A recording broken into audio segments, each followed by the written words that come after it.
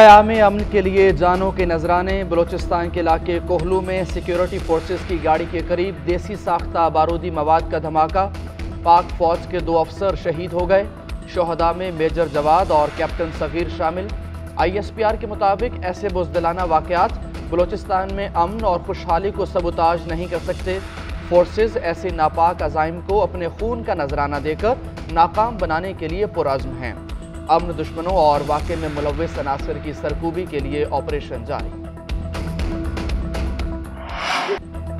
हिसाबदार का 170 अरब रुपए के नए टैक्स लगाने का ऐलान। कहते हैं मिनी बजट लाना होगा, ख्वाह बिल की शक्ल में हो या ऑर्डिनेंस की सूरत में। डीजल पर लीवी 50 रुपए तक पहुंचाई जाएगी। मार्च में 5 और अप्रैल में 5 रुपए लीवी बढ़ेगी। वफाकी हुकूमत की आवाम पर नया बोझ डालने की तैयारियां। वज़ीर खजाना ने टारगेटेड सब्सिडीज कम करने का भी इंदिया दे दिया। बोले गैस का गर्दिशी कर्ज सिफर करना है। बिजली 3000 अरब की बनती है, वसूली 1200 अरब रुपए होती है। बिजली और गैस में इस्लाहात की मंजूरी काबीना से ली जाएगी। साबिक हुकूमत ने मुआहदे से इनहराफ किया, उन्हीं के किए मुआहदे पर अमल करेंगे। MEFT ड्राफ्ट मिल गया है। पीर के रोज वर्चुअल मीटिंग होगी। वजीर आजम ने मुआहदे पर अमल दरामद की यकीन दहानी कराई है। पाकिस्तान का IMF से स्टाफ लेवल मुआहदा ना हो सका। पॉलिसीज पर अमल दरामद के लिए आइंदा भी बातचीत जारी रहेगी।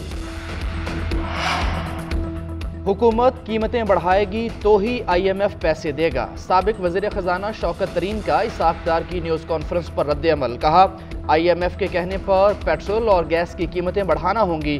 पेट्रोल लेवी में 5-5 रुपए बढ़ाने से बात नहीं बनेगी। जून तक 870 अरब रुपए जमा करने होंगे, उससे महंगाई का नया तूफान आएगा। IMF बोर्ड की मंजूरी के बगैर मुआहिदा नहीं हो सकता। जब तक IMF के मुतालबात नहीं माने जाते, पैसे नहीं मिलेंगे।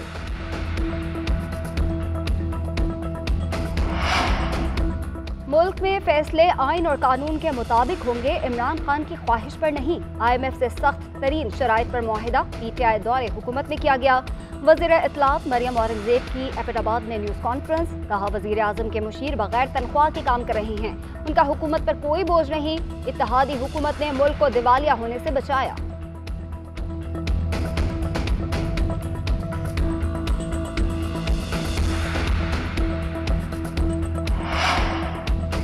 पंजाब में इलेक्शन कराने के लिए दायर दरखास्तों पर फैसला महफूज। लाहौर हाई कोर्ट के जस्टिस जवाद हसन फैसला आज ही सुनाएंगे। इलेक्शन कमीशन और गवर्नर के वकील ने अदालत में दलाइल दिए। गवर्नर के वकील ने मौक़िफ़ इख्तियार किया कि आइन ये नहीं कहता कि असम्बली खुद ब खुद तहलील होने पर तारीख गवर्नर ने देनी है। जस्टिस जवाद हसन ने इस्तफसार किया, ऐसी सूरत में क्या सदर मुमलिकत को कहा जा सकता है?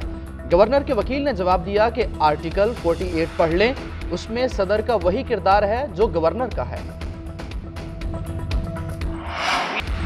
पंजाब समेत पूरा मुल्क लाहौर हाई कोर्ट के फैसले का मुंतजर है। PTI हुकूमत की तब्दीली बैरूनी ताकतों को खुश करने के लिए की गई। अब नवाज शरीफ के मुकदमे खत्म करने के लिए डील हो रही है।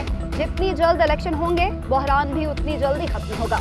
फवाद चौधरी की लाहौर में मीडिया से गुफ्तगू। असद उमर बोले इलेक्शन कमीशन ने इंतखाबात के लिए 60 अरब रुपए मांगे हैं।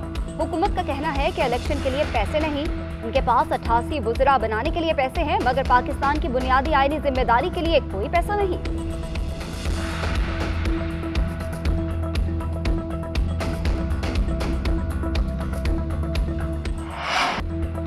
सुप्रीम कोर्ट में नैब तरामीम के खिलाफ इमरान खान की दरख्वास्त पर समाअत। जस्टिस मंसूर अली शाह ने इमरान खान और PTI के कंडक्ट पर अहम सवाल उठा दिए। रिमार्क्स दिए, इमरान खान और उनकी पार्टी ने नैब तरमीमी बिल पर वोटिंग से इज्तनाब किया।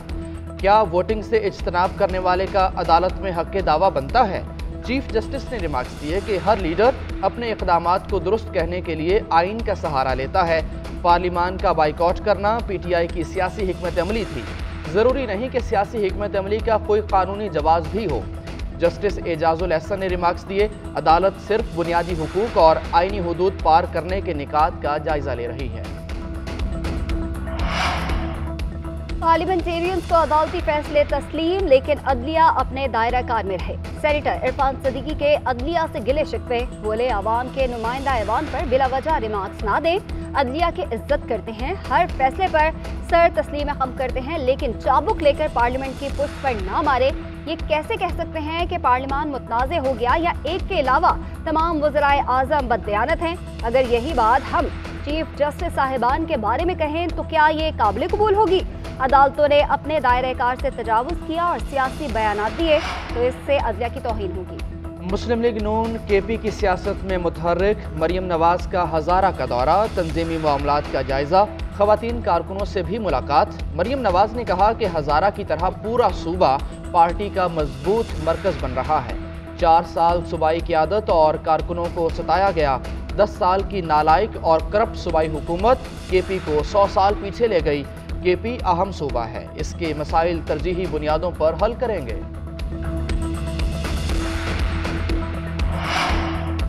پاکستان تحریک انصاف کے 43 اراکین قومی اسمبلی کی بحالی کا تحریری فیصلہ جاری۔ لاہور ہائی کورٹ کے جسٹس شاہد کریم نے 4 صفحات پر مشتمل فیصلہ جاری کر دیا۔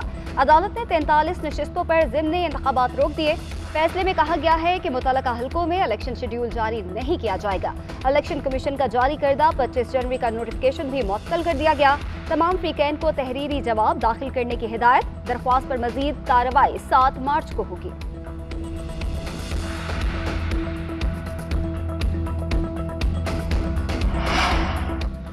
سابق وزیر داخلہ شیخ رشید نے ضمانت کے لیے اسلام آباد ہائی کورٹ سے رجوع کر لیا۔ درخواست 13 فروری کو سماعت کے لیے مقرر۔ ضمانت بعد از گرفتاری کی درخواست تھانہ آپارہ میں درج مقدمے میں کی گئی۔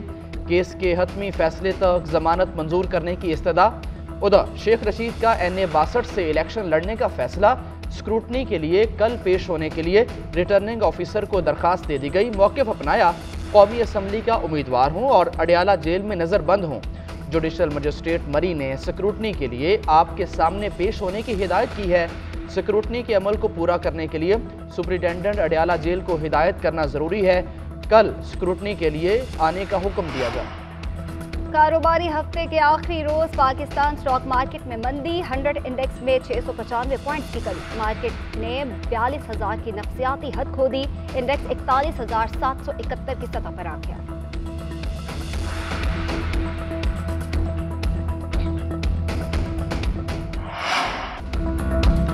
مہنگائی کا طوفان تھم نہ سکا۔ دالیں، گھی، چکن اور آلو سمیت 29 اشیائے خورونوش مزید مہنگی۔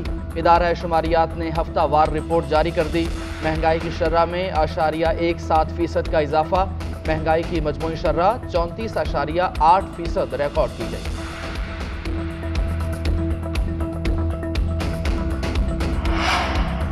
مہنگائی کے خلاف جماعت اسلامی پھر سڑکوں پر، لاہور سے لانگ مارچ کا آغاز۔ سراج الحق کی حکمرانوں پر تنقید، بولے مہنگائی کی وجہ سے عام آدمی کے لیے یوٹیلٹی بلز ادا کرنا مشکل ہو گیا۔ شہباز شریف اور عمران خان کا بیانیہ ایک ہے۔ عمران خان کہتے ہیں مجھے کیوں نکالا، اب شہباز شریف بھی یہی کہیں گے کہ مجھے کیوں نکالا۔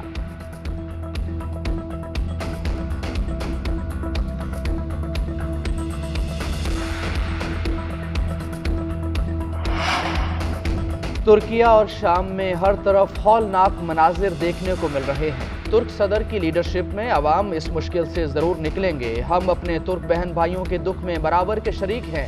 وزیر اعظم شہباز شریف کی امدادی سامان بھجوانے کے بعد میڈیا سے گفتگو، کہا زلزلے اور سیلاب کے دوران ترکیہ نے پاکستان کی بھرپور مدد کی۔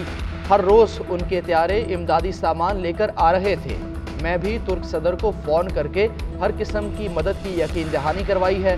وزیر اعظم نے لاہور ایئرپورٹ سے امدادی سامان کی کھیپ ترکیہ روانہ کی۔ سردی سے بچاؤ کے خیمے اور دیگر سامان شامل 12 ٹن امدادی سامان PIA کے ذریعے بھیجا گیا۔ 30 ٹن خصوصی پرواز سے اسلام آباد سے روانہ کیا جائے گا۔ 40 ٹن سامان لے جانے کے لیے دوسرا طیارہ ترکیہ سے کل پہنچے گا۔ ترکیہ اور شام میں تباہ کن زلزلے نے 22,000 سے زائد افراد کی جانیں لے لی۔ ترکیہ میں 19,000 سے زائد اور شام میں 3,300 سے زائد افراد جاں بحق۔ ترک وزیر صحت کے مطابق زلزلے سے 32,000 کے قریب افراد زخمی ہیں۔ متاثرہ علاقوں میں 6,400 سے زائد عمارتیں مکمل تباہ ہو چکی۔ شام میں 8,000 سے زائد افراد زخمی ہیں۔ ہزاروں اب بھی ملبے تلے محصور ہیں۔ عالمی ادارہ صحت نے 40,000 سے زائد اموات کا خدشہ ظاہر کر دیا۔ ترکیہ میں زلزلے سے 2 کروڑ 30 لاکھ سے زائد افراد متاثر، 3,80,000 افراد کو شیلٹر ہومز میں منتقل کیا گیا۔ ترک صدر کا کہنا ہے ہولناک زلزلے کے باعث نقصانات سے امدادی کاموں میں دشواری ہے۔ 45,000 پناہگاہیں جنگی بنیادوں پر تعمیر ہوں گی۔ متاثرین کو انطالیہ کے ہوٹلز میں ٹھہرانے پر غور۔ جنوبی ترکیہ میں 10 شہر آفت زدہ قرار۔ امدادی کاموں کے لیے $5 ارب مختص کر دیے گئے۔